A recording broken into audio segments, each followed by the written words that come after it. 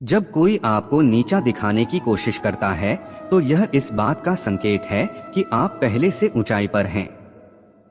क्योंकि पत्थर हमेशा उसी पेड़ पर फेंके जाते हैं जिस पर मीठे फल लगे हों। निर्जन पेड़ पर कोई ध्यान नहीं देता। इसलिए आलोचना और ईर्ष्या यह प्रमाण है कि आपके भीतर कुछ मूल्यवान है। जब कोई निंदा करे तो मुस्कुराइए और सोचिए, मेरी सच्चाई अपने आप उजागर होगी। जीवन जीने के लिए मिला है, दूसरों की सोच में उलझने के लिए नहीं। जो हर समय सोचते रहते हैं कि लोग क्या कहेंगे, वे दूसरों की धारणा में फंस जाते हैं और अपनी सच्चाई को खो देते हैं। याद रखिए, सच्चाई भीतर है और वही हमें सशक्त बनाती है। शरीर का श्रम थकाता है, पर मन की चिंता और क्रोध उससे भी अधिक थका देते हैं। चिंता भीतर की आग है जो धीरे धीरे मानसिक ऊर्जा को जला देती है। क्रोध भी वैसा ही है, पहले खुद को जलाता है फिर दूसरों को। गीता में कहा गया है, अशांतस्य कुतः सुखम। जिसके मन में शांति नहीं वह सुख कैसे पा सकता है। सच्चा सुख बाहरी वस्तुओं में नहीं बल्कि मन की स्थिरता और संतुलन में है। मन शांत होगा तभी जीवन का वास्तविक आनंद मिलेगा। जैसे शांत जल में सूर्य का प्रतिबिंब साफ दिखता है, वैसे ही शांत मन में जीवन की सच्ची चमक दिखाई देती है। कठिन समय में किसी का हाथ थामना छोटी बात नहीं बल्कि एक बड़ा कर्म है। मुश्किल घड़ी में सहारा देना केवल राहत नहीं बल्कि किसी के दिल में स्थायी स्थान बना देता है। रिश्ते खून से नहीं कर्म से बनते हैं। जब कोई आपके गिरते समय थाम ले वही सच्चा संबंध होता है। ऐसे बंधन शब्दों से नहीं बल्कि एक संभालती हुई उपस्थिति से बनते हैं, जो जीवन भर भरोसे और समझ का वृक्ष बन जाते हैं। क्रोध वह अग्नि है जो हमारी मिठास और सौहार्द को भस्म कर देती है। एक कठोर शब्द हजार मधुर शब्दों को मिटा सकता है। इसलिए ईश्वर सिखाते हैं, दिन ढलने से पहले मन की कड़वाहट और नाराजगी को माफ कर दो। क्षमा दूसरों के लिए नहीं अपने मन की शांति के लिए होती है। हर रात भगवान से संवाद करो। अपने दिन के विचार, कर्म और भावनाएं उन्हें सौंप दो। जब मन हल्का होता है तो नींद गहरी और जीवन सुखद बन जाता है। भगवान उस हवा की तरह हैं जिसे महसूस किया जा सकता है पर देखा नहीं जा सकता। जैसे ऑक्सीजन के बिना जीवन असंभव है, वैसे ही उनके बिना आत्मा स्थिर नहीं रह सकती। सच्ची शक्ति बाहर नहीं अपने भीतर है।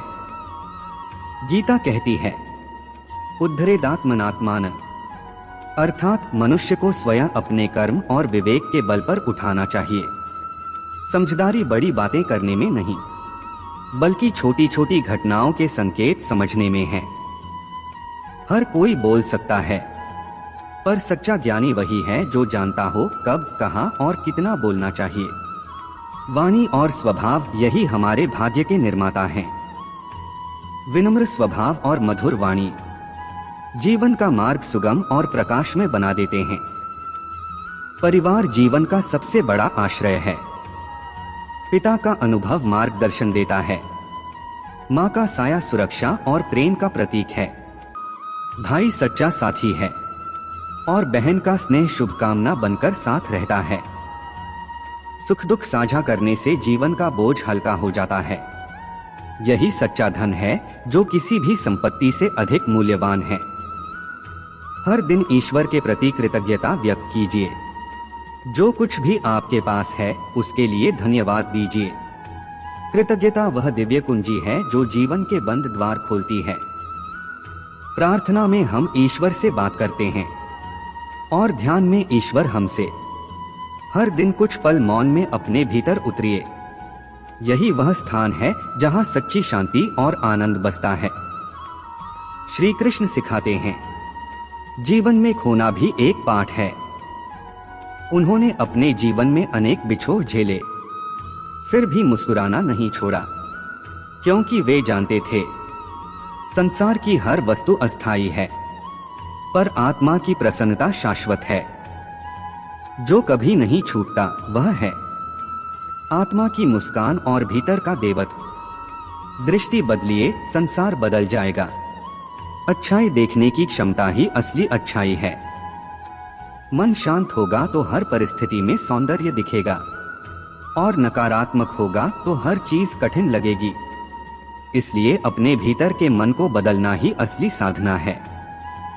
गीता कहती है, नैव पापं कर्म कुर्वन् योगी संन्यस्त कर्मणा। जो अपने कर्म ईश्वर को समर्पित करता है, उसके लिए हर कार्य साधना बन जाता है।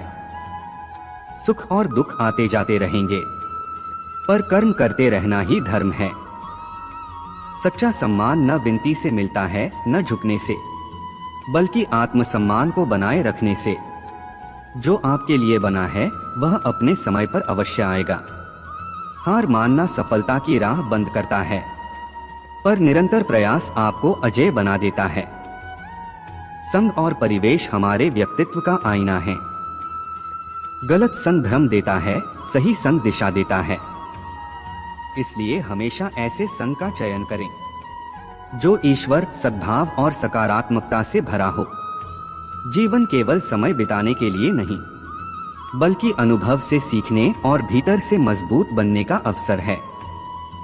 हर दुख, हर असफलता ईश्वर का दिया हुआ पाठ है जो हमें परिपक्व बनाता है।